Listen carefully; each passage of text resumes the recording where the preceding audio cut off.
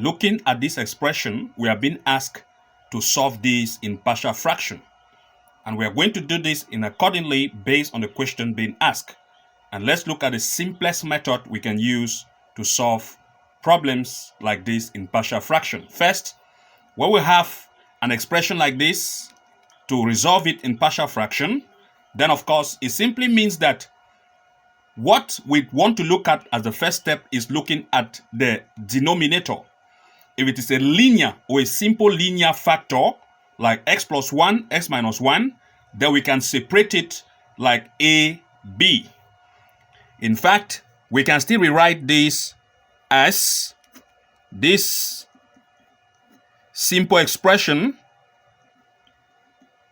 can still be rewritten being equal to, we can separate a over, that is, we use one of the linear factor here, x plus 1, plus the next linear factor, b over x minus 1.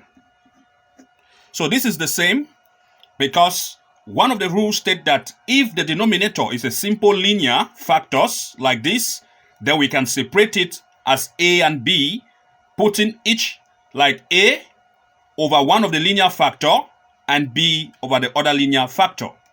Now, once this step have been completed, what we can do as the next step is to make sure that we try to eliminate the denominator. And to do that, we must cross multiply by the opposite side. And we can do this as a guide by putting a line across like this, like a times all of these linear factor plus b times all of these other linear factor, and try to equate it by the numerator, which is here.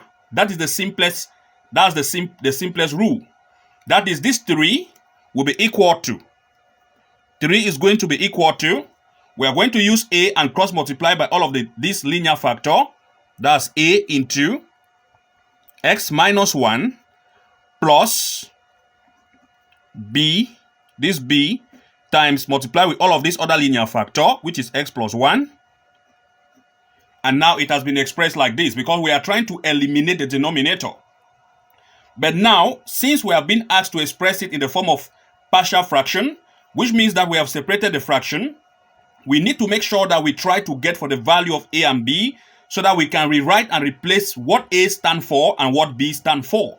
In this case, we therefore have to use the strategy of substitution by making sure that we eliminate either a or b. If we eliminate a, then we can easily solve for b. If we eliminate b, we can solve for a by choosing numbers for x which can eliminate any of them. In other words, using the method of substitution, we can decide values of x in a way that one of a or one of either a or b will be eliminated. In this case, if we say let x be equal to 1, then 1 take away 1 will be 0, and 0 times a will be 0. It means all of a will go away, and we can easily get for b. Or we can say that let x be equal to minus 1, where minus 1 plus 1 will be 0, and b times 0 will be 0, and we can easily get a. So any of the two, we can do that. That is a method of elimination to get a or b.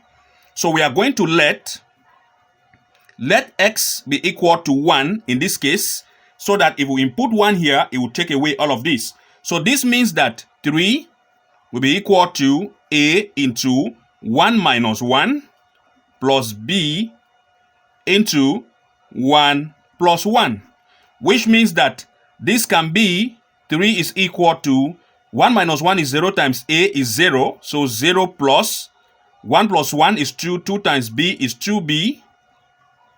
This is the same as 3 is equal to 2b. 2b. So to get b, we have to divide both sides by 2. So that this 2 take off this 2 and we have b equal to 3 over 2. Therefore, b is equal to 3 over 2. That is the value of b. Now we have to come again. Since we don't know the value of b, we can just come and insert b here, which is 3 over 2 to get a. Or we can still eliminate that, let x be equal to minus 1 so that we can easily get the value of a. So if we do that and saying that let x be equal to minus 1 because we want to use elimination method, we can say this time let x be equal to minus 1. If we do that, minus 1 plus 1 will be 0. So this, all of this will be 0. So we are going to say, let's come back here. 3 is equal to, 3 will be equal to, from here, we have said let it be minus 1. Let x be equal to minus 1. So we are taking it from here. Let x be equal to minus 1. So we are taking it right from here. If x is minus 1, this we eliminate. And this will be minus 2a. So we are going to therefore say minus 1 plus minus 1. We are going to have minus 2. Minus 2 times a is minus 2a. So we are going to have minus 2a here. Which, if we take again here, minus 1 plus b, minus 1 plus minus 1 will be 0. So 0 times b will be plus 0. Because plus 0. So we now have this. We can therefore say that this is the same as 3 is equal to minus 2a. To get a, we divide both sides by minus 2, where this minus 2 cancel this minus 2, and we have minus 3 over 2. So a is equal to minus 3 over 2. That's the value of a. So a is minus 3 over 2, and b is equal to 3 over 2. Now we have the values of a and b. We have to rewrite this again by rewriting and insert the value. A will be here, which is minus 3 over 2, and b will be here, which is 3 over 2. So what we need to do is to rewrite this and try to input. So it means that 3 over x plus 1 into x minus 1 will be equal to a, which is minus 3 over 2 plus 3 over 2 into all of this. Let's try to rewrite and see what we have. So we are going to say that 3 over x plus 1 into x minus 1 is the same. Now we know a. A is minus 3 over 2. So we are going to say minus 3 over 2 minus 3 over 2 over x plus 1 plus b is 3 over 2. So 3 over 2 over the total fraction, which is x minus 1. So look at this expression very well. Note that this 2 that is here can just come below here. This 2 can come below here, and this 2 can still come below here. So that we only left with minus 3 above and plus 3 above. So this can be the same. Let's try to rewrite that. This is the same as, so this 2 will come down, so we just have minus 3 that is here, over the 2 will come down, and it's going to be x plus 1. So we are going to have this plus the same here. 3 will be here, the 2 will come down, and we have x minus 1. So this is it here.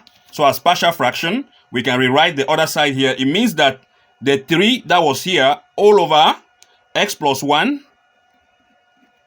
x minus 1 is the same as minus 3 over 2 into x plus 1 plus 3 over 2 into x minus 1. This is expression in partial fraction.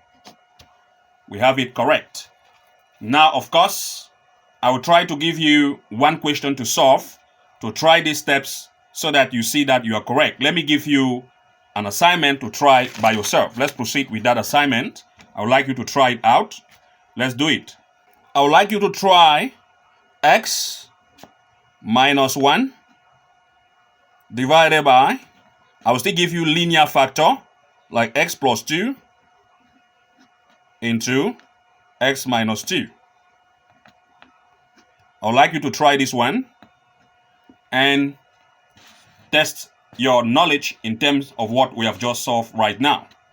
See you again in the next upload, and bye-bye for now. You want to make sure to go ahead to like, comment, and subscribe to follow the next upload once they are made ready. See you again, and bye for now.